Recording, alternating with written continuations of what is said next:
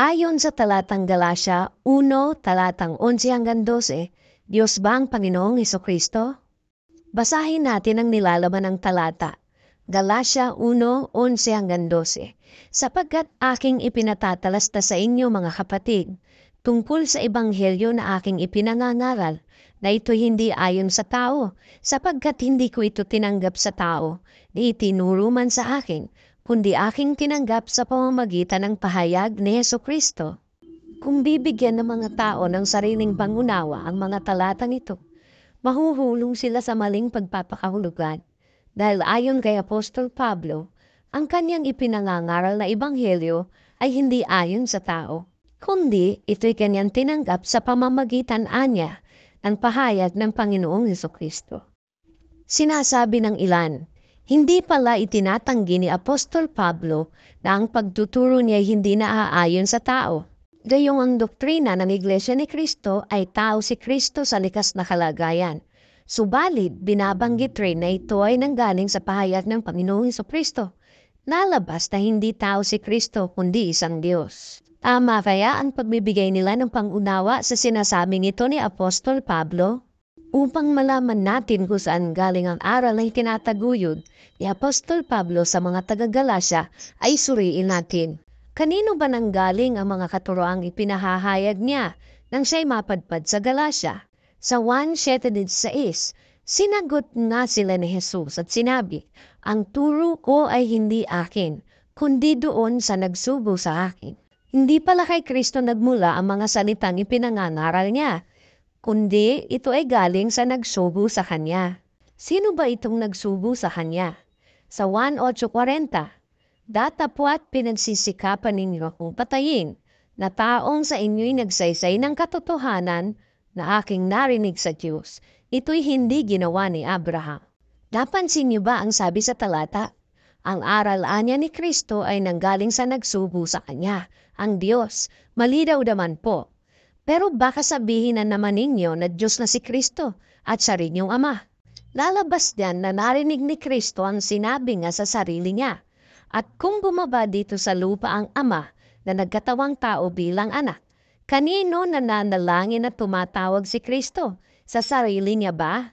Basahin natin ang 1:17, talatang 1 at 3. Ang mga bagay na ito ay sinalita ni Jesus at sa pagtingala ng kanyang mga mata sa langit ay sinabi niya, Ama, dumating na ang oras, luwalhatiin mo ang iyong anak upang ikaw ay luwalhatiin na anak. At ito ang buhay na walang hanggan, na ikaw ay makilala nila na iisang Diyos na tunay at siyang iyong sinugo sa makatwid bagay si Hesukristo.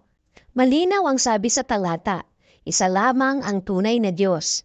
Kaya hindi maaaring sabihin ng kahit na sino na nagkatawang tao o iisa lamang sila o Diyos si Kristo dahil siya ay tao. At ang Diyos ay hindi papayag na ang tao ay maging Diyos at hindi rin siya papayag na siya ay maging tao. Basahin natin ang Hosea 11:9. Hindi ko isasagawa ang kabangisan ng aking galit. Hindi ako babalik upang ipahamak ang Ephraim, sapagkat ako'y Diyos at hindi tao, ang banal sa gitna mo at hindi ako paroroon na may galit.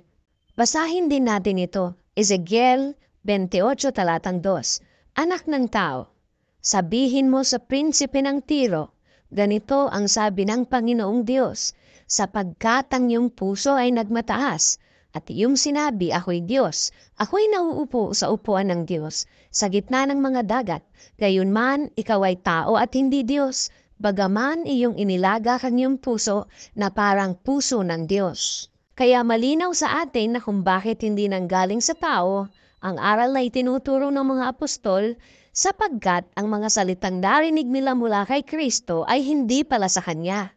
Ito ay nanggaling sa Ama na Diyos natin at Diyos rin ni Kristo. Basahin natin ang sinabi ni Kristo. Dito sa 1:20-17, sinabi sa kanya ni Jesus, huwag mo akong hipuin, sapagkat hindi pa ako nakaakyat sa Ama. Ngunit pumaroon ka sa aking mga kapatid, at sabihin mo sa kanila, aakyat ako sa aking Ama at inyong Ama, sa aking Diyos at inyong Diyos. Anong uri ba ng salita ang ipinangangaral ng mga apostol na itinuro sa kanila ng ating Panginoong Hesukristo? Basahin natin ang 1:17 talatang 17.